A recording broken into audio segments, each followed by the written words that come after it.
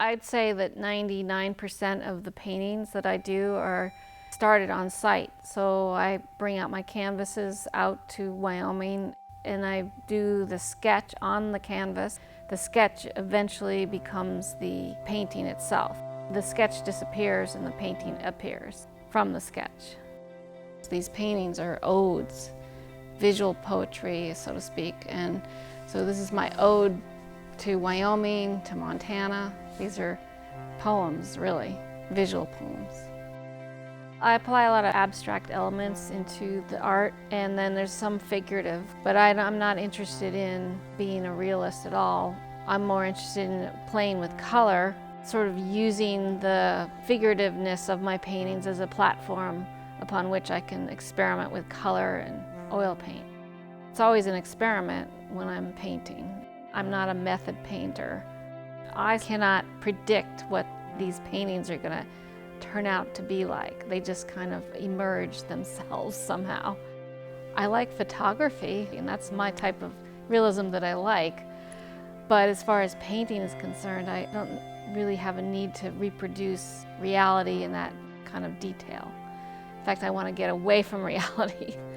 And the colors are absolutely not based on reality, but maybe the feeling of being out there in that great frontier out west makes you feel that way. The way my colors are reflected. That's kind of what I try to do. I like to layer colors so that they optically mix together, especially complementary colors, which you can't really mix with oil paint that turns to mud. I call it color math because you're learning a lot about what happens when you add this color to that color, addition. Or if you subtract this color from that color, what does it equal? Or if you put this color next to that color, what color do you really get?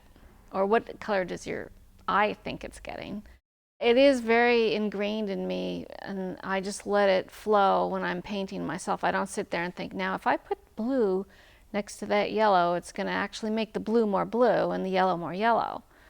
It's like known problems that have answers to them.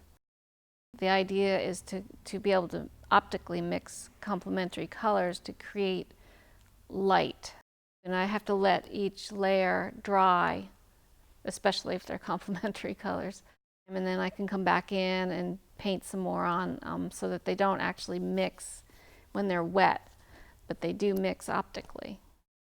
So that's what creates a lot of iridescence sometimes and the feeling of glowing light, which I love that.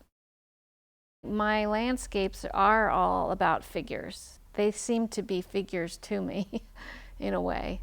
But my main reason why I do landscapes is because I have such a attachment to that area of the United States from when I was a little kid. And so I love going out there. I feel a lot of spirit when I'm out in that big open space, and I love the uncovered geology, whereas in the East, everything's covered by trees. You don't really see the outcroppings. But as far as the difference between figures and the mountains, to me, they are almost like figures. I think it's Mother Earth. They're very feminine. Once in a while, there'll be a masculine figure in there.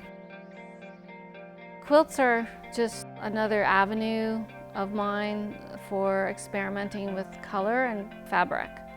And instead of using paint, it's fabrics. I've been designing this series of these quilts. I call them prototypes. Painting is hard because it's kind of soul searching in a certain way. It's so malleable. There's a lot of infinity involved in painting. But with the quilt, it pulls it all back in. It's really simple. You're just going to sew this color next to that color. And I mean, there is a certain amount of decision making you make about the colors, but I'm not so exposed as I am with my paintings. And it's always been a real interest of mine. Now that I understand this process better, I'm thinking about printing images of my paintings onto fabric and making quilts out of them as well.